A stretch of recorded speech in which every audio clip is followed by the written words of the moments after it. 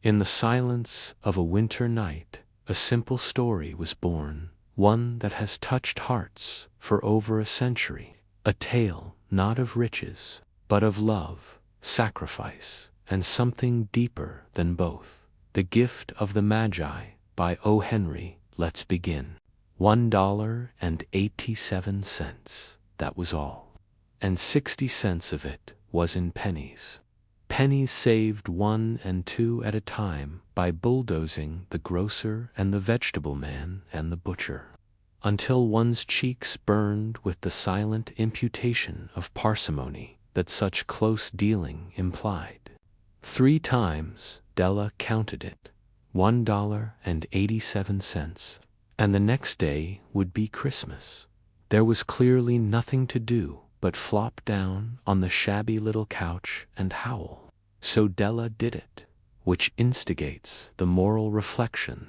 Life is made up of sobs, sniffles, and smiles, with sniffles predominating, while the mistress of the home is gradually subsiding from the first stage to the second. Take a look at the home. A furnished flat at $8 per week. It did not exactly beggar description, but it certainly had that word on the lookout for the mendicancy squad. In the vestibule below was a letterbox into which no letter would go, and an electric button from which no mortal finger could coax. A ring, also appertaining therein too, was a card bearing the name Mr. James Dillingham Young. The Dillingham had been flung to the breeze during a former period of prosperity, when its possessor was being paid $30 per week. Now, when the income was shrunk to $20, though, they were thinking seriously of contracting to a modest and unassuming D. But whenever Mr. James Dillingham Young came home and reached his flat above, he was called Jim, and greatly hugged by Mrs. James Dillingham Young, already introduced to you as Della, which is all very good. Della finished her cry and attended to her cheeks with the powder rag. She stood by the window and looked out dully at a gray cat walking a gray fence in a gray backyard. Tomorrow would be Christmas Day, and she had only $1.87 with which to buy Jim a present. She had been saving every penny she could for months, with this result. $20 a week doesn't go far. Expenses had been greater than she had calculated. They always are. Only $1.87 to buy a present for Jim. Her Jim. Many a happy hour she had spent planning for something nice for him, something fine and rare and sterling, something just a little bit near to being worthy of the honor of being owned by Jim. There was a pier glass between the windows of the room. Perhaps you have seen a pier glass in an $8 flat. A very thin and very agile person may, by observing his reflection in a rapid sequence of longitudinal strips, obtain a fairly accurate conception of his looks. Della, being slender, had mastered the art. Suddenly she whirled from the window and stood before the glass. Her eyes were shining brilliantly, but her face had lost its color within 20 seconds. Rapidly she pulled down her hair and let it fall to its full length. Now there were 2 possessions of the James Dillingham Youngs in which they both took a mighty pride. One was Jim's gold watch that had been his father's and his grandfather's. The other was Della's hair. Had the Queen of Sheba lived in the flat across the air shaft, Della would have let her hair hang out the window some day to dry, just to depreciate Her Majesty's jewels and gifts. Had King Solomon been the janitor, with all his treasures piled up in the basement, Jim would have pulled out his watch every time he passed, just to see him pluck at his beard from envy. So now Della's beautiful hair fell about her, rippling and shining like a cascade of brown waters. It reached below her knee and made itself almost a garment for her, and then she did it up again nervously and quickly. Once she faltered for a minute and stood still while a tear or two splashed on the worn red carpet. On went her old brown jacket. On went her old brown hat, with a whirl of skirts, and with the brilliant sparkle still in her eyes. She fluttered out the door and down the stairs to the street, where she stopped. The sign read, Madame Sofronie, hair goods of all kinds. One flight up Della ran, and collected herself, panting. Madame large, too white, chilly, hardly looked the Sofronie. "Will you buy my hair?" asked Della. "I buy hair," said Madame. "Take your hat off, and let's have a sight at the looks of it." Down rippled the brown cascade. $20, said Madame, lifting the mass with a practiced hand. "Give it to me quick," said Della. And the next 2 hours tripped by on rosy wings. Forget the hashed metaphor. She was ransacking the stores for Jim's present. She found it at last. It surely had been made for Jim and no one else. There was no other like it in any of the stores, and she had turned all of them inside out. It was a platinum fob chain, simple and chaste in design, properly proclaiming its value by substance alone, and not by meretricious ornamentation, as all good things should do. It was even worthy of the watch. As soon as she saw it, she knew that it must be Jim's. It was like him. Quietness and value, the description applied to both. $21 they took from her for it, and she hurried home with the 87 cents. With that chain on his watch, Jim might be properly anxious about the time in any company. Grant as the watch was, he sometimes looked at it on the sly, on account of the old leather strap that he used in place of a chain. When Della reached home, her intoxication gave way a little to prudence and reason. She got out her curling irons and lighted the gas and went to work repairing the ravages made by generosity added to love, which is always a tremendous task. Dear friends, a mammoth task. Within 40 minutes, her head was covered with tiny, close curls that made her look wonderfully like a truant schoolboy. She looked at her reflection in the mirror, long, carefully, and critically.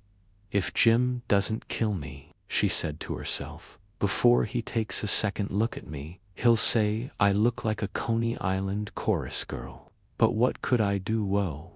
What could I do with $1.87? At 7 o'clock the coffee was made, and the frying pan was on the back of the stove, hot and ready to cook the chops. Jim was never late. Della doubled the fob chain in her hand, and sat on the corner of the table near the door that he always entered. Then she heard his step on the stair away down on the first flight, and she turned white for just a moment. She had a habit of saying a little silent prayer about the simplest everyday things, and now she whispered, "Please God, make him think I am still pretty." The door opened and Jim stepped in and closed it. He looked thin and very serious. Poor fellow, he was only 22 and to be burdened with a family. He needed a new overcoat and he was without gloves. Jim stopped inside the door, as immovable as a setter at the scent of quail. His eyes were fixed upon Della, and there was an expression in them that she could not read, and it terrified her. It was not anger, nor surprise, nor disapproval, nor horror, nor any of the sentiments that she had been prepared for. He simply stared at her fixedly with that peculiar expression on his face. Della wriggled off the table and went for him. "Jim, darling," she cried, don't look at me that way. I had my hair cut off and sold because I couldn't have lived through Christmas without giving you a present. It'll grow out, a goo won't mind, will you? I just had to do it. My hair grows awfully fast. Say Merry Christmas, Jim, and let's be happy. You don't know what a beautiful, nice gift I've got for you. You've cut off your hair, asked Jim laboriously, as if he had not arrived at that patent fact yet even after the hardest mental labor. Cut it off and sold it, said Della. Don't you like me just as well, anyhow? I'm me without my hair, ain't I? Jim looked about the room curiously. You say your hair is gone, he said, with an air almost of idiocy. You needn't look for it, said Della. It's sold. I tell you, sold, and gone, too. It's Christmas Eve, boy. Be good to me, for it went. For you. Maybe the hairs of my head were numbered, she went on with sudden, serious sweetness. But nobody could ever count my love for you. Shall I put the chops on Jim?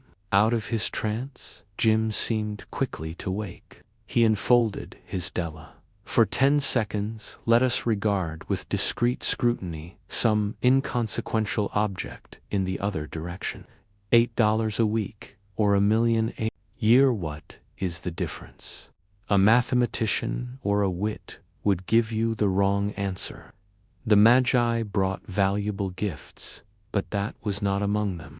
This dark assertion will be illuminated later on. Jim drew a package from his overcoat pocket and threw it upon the table. Don't make any mistake, Dell, he said, about me. I don't think there's anything in the way of a haircut, or a shave, or a shampoo that could make me like my girl any less. But if you'll unwrap that package, you may see why you had me going a while at first. White fingers and nimble tore at the string and paper, and then an ecstatic scream of joy. And then, alas, a quick feminine change to hysterical tears and wails, necessitating the immediate employment of all the comforting powers of the lord of the flat. For there lay the combs, the set of combs, side and back, that Della had worshipped long in a Broadway window. Beautiful combs, pure tortoiseshell, with jeweled rims, just the shade to wear in the beautiful vanished hair. They were expensive combs, she knew, and her heart had simply craved and yearned over them without the least hope of possession. And now they were hers, but the tresses that should have adorned the coveted adornments were gone. But she hugged them to her bosom, and at length she was able to look up with dim eyes and a smile and say, "My hair grows so fast, Jim," and then Della leaped up like a little singed cat and cried, "Oh, oh!" Jim had not yet seen his beautiful present. She held it out to him eagerly upon her open palm. The dull, precious metal seemed to flash with a reflection of her bright and ardent spirit. "Isn't it a dandy, Jim? I hunted all over town to find it. You'll have to look at the time 100 times a day now. Give me your watch. I want to see how it looks on it." Instead of obeying, Jim tumbled down on the couch and put his hands under the back of his head and smiled. "Dell," said he, "let's put our Christmas presents away and keep 'em a while. They're too nice to use just at present. I sold the watch to get the money to buy your combs. And now suppose you put the chops on." The Magi, as you know, were wise men, wonderfully wise men who brought gifts to the babe in the manger. They invented the art of giving Christmas presents. Being wise, their gifts were no doubt wise ones, possibly bearing the privilege of exchange in case of duplication. And here I have lamely related to you the uneventful chronicle of 2 foolish children in a flat who most unwisely sacrificed for each other the greatest treasures of their house. But in a last word to the wise of these days, let it be said that of all who give gifts, these two were the wisest. Of all who give and receive gifts, such as they are wisest. Everywhere they are wisest. They are the Magi. And in that quiet moment, they both smiled, not because of what they had, but because of what they were willing to give up for love, for each other, for something no gift could ever match. This was the gift of the Magi, a story of timeless love and silent sacrifice. Thank you for watching. This is Driven to Win.